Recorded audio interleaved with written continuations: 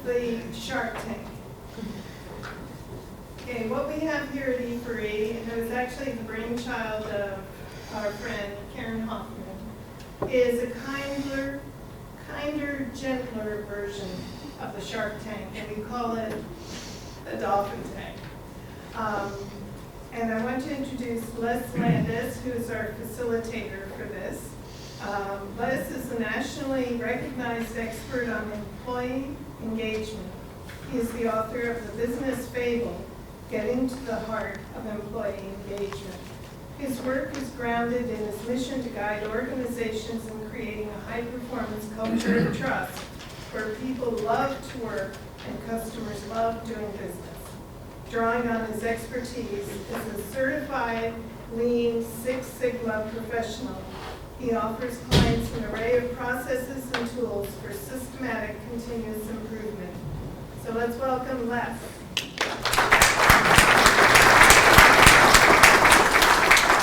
With all this stuff about my brain working, I'm not sure what to do to make sure that it's properly done. But you know, we've talked about the Dolphin Tank for years and how it is a kinder, gentler version of the Dolphin Tank, the Shark Tank. And I was thinking about that, and I thought, well, what the hell does that really mean? And one of the things that, if you've seen the Shark Tank, what it really is about is how can I, the guy who's got some money, win by taking advantage of you. Now, I'm overstating for effect here, but it really is about this guy trying to win something, about taking instead of giving. This is all about giving. That's what the Dolphin Tank is. It's all about giving. And we're going to give a lot. I know that there's a lot of people here who can give a lot to Peggy. And so Peggy and I have been working quite a bit together. She's going through a major transition in her career. And that's what she really needs help with. And so here's how the process is going to work. Peggy is going to talk for about 5 minutes about her situation. Then we're going to ask clarifying questions for about 3 minutes from all of you. And then we're going to take about 10 minutes to offer recommendations about how she can deal with those challenges. So with that, I'm going to turn it over to Peggy Dunn.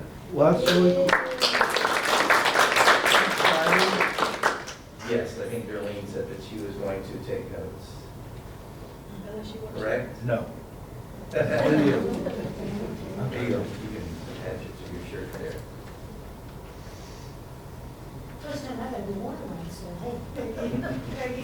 Peggy, please stand on the mat. Thank you. Thank you. And I want to say thank you, first of all, for the Dolphin Tank being kind and gentle. That really helps. Yeah, I guess I've never done this either. I am going through a lot of major transition. Okay, so just push The right side. Okay. So one of the major transitions I'm going through is I am switching careers, so to speak. I'm building on the career that I currently have. So I'm switching from being a mental health therapist to a coach. So I am currently a mental health therapist. I help people with anxiety, stress, post-traumatic stress disorder, et cetera, et cetera. And I am transitioning into coaching. I have noticed as a counselor that people have trouble moving their life forward because of lack, usually finances, stress. And I noticed that the emotional eating is the #1 socially acceptable way of coping with that. And so my desire is to help professionals who want to stop emotional eating so they can feel more confident, have more energy, move their lives forward to where they want to go. I help people heal from the past and go where they want to go in life.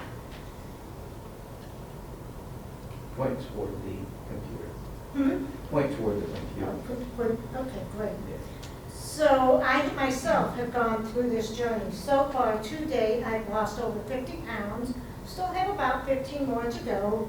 But through my own journey, I have come up with a program, 5-step program, and so that is the basis of my programs.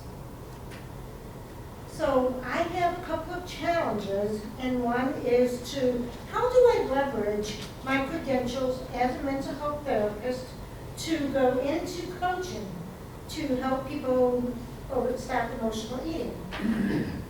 And also, how do I build the visibility and credibility within this new transition into this field?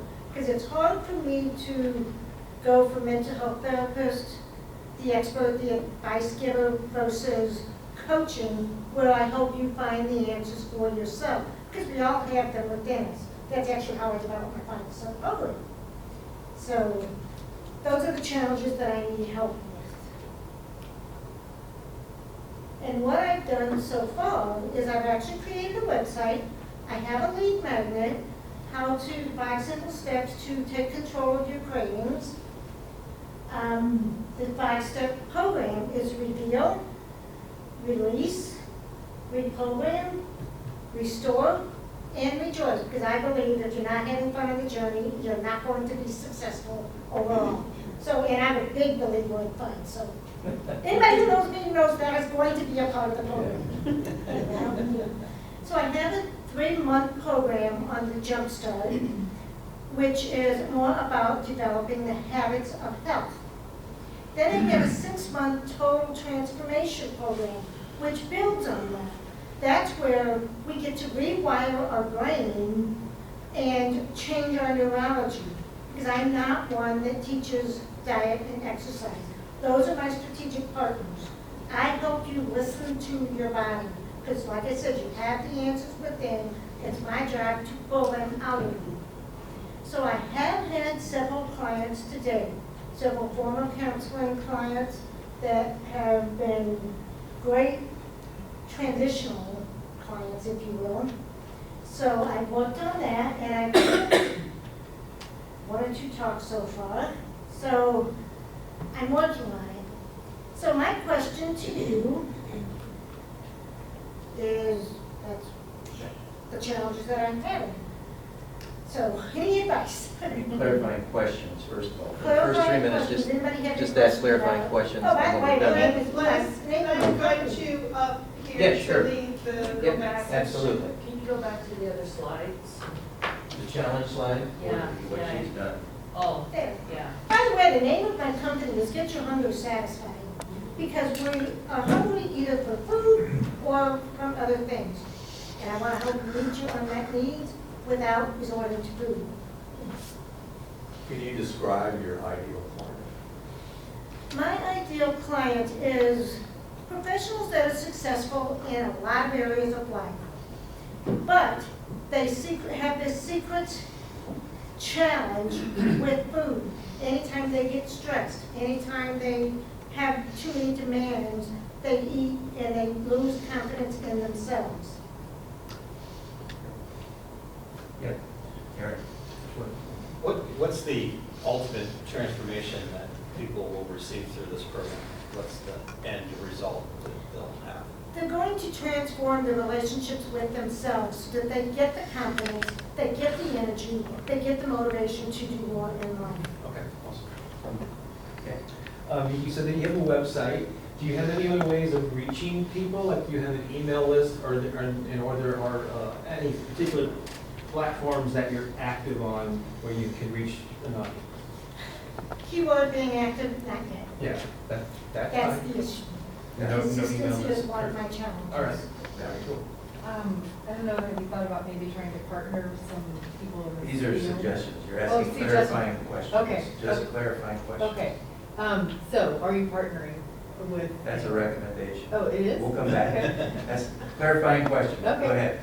Are your strategic partners that you mentioned, have they changed as you've morphed from counselor to coach? Or are you trying to work with the same strategic partners? They're very different, actually.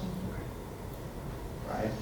Have you had a particular, But hold on, I need to know who's speaking because I read lips. right here, have you had a particular success in client acquisition, and how did that come about?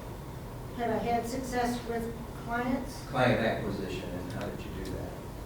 Actually, I've had a couple of clients, and they were basically former counseling clients Because I moved from anxiety, stress, and et cetera, to overcoming emotional eating.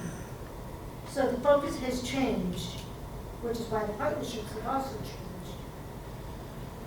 Question was back there, I thought. Did I see one? No? Go ahead.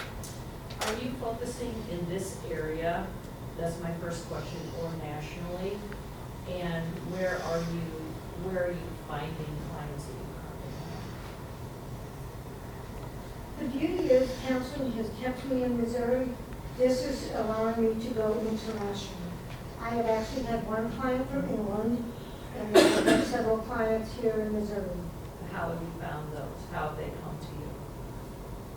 I have former clients that have transitioned, and I have done, the talk I've given, I have had one client on that. So the first one's like word of mouth, is that? Yeah, pretty much. Yeah, yeah. Yeah, are the results with your new effort quicker than the results with your therapy efforts? Quicker in terms of results, you mean? Pardon me? Quicker in terms of results? Yes. Yeah. It depends on the client. It takes work, internal work, and depends on if they do that or not. I'm willing to walk through them through the entire process, but I cannot do it for them. I don't know if it quite answers your question. Not quite. I think we're ready, time is up. Okay, so Beth, since I cut you off several Sorry. times, go ahead with the your recommendation. Well, I didn't even know it was a recommendation, so I was learning something. So are you partnering with anyone in the chain, like you talked about this is an exercise, this is other types of components to getting to your full wellness? Because to me, this is part of wellness. Strategic partners I'm looking for, or people like dietitians, nutritionists, what are they? The fitness people for the exercise portion. Doctors, because they typically, first thing they recommend is lose the weight. And so I'm looking for that. Gastric bypass surgeons, because 20%, they have a 20% failure rate. And I think if you're gonna spend that kind of money, let's get you successful.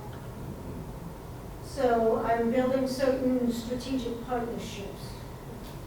Yeah, Mike? Do you have any bariatric doctors you're working with currently or nutritionists?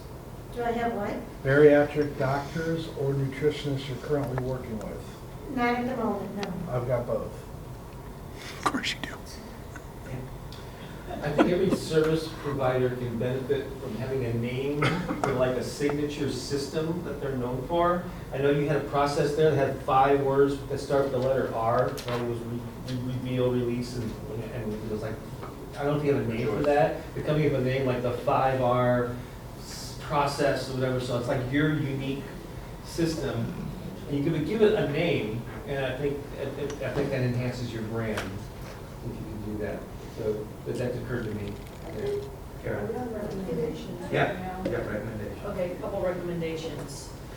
To be a thought leader, okay, so you want visibility, credibility, leverage, content, content, content.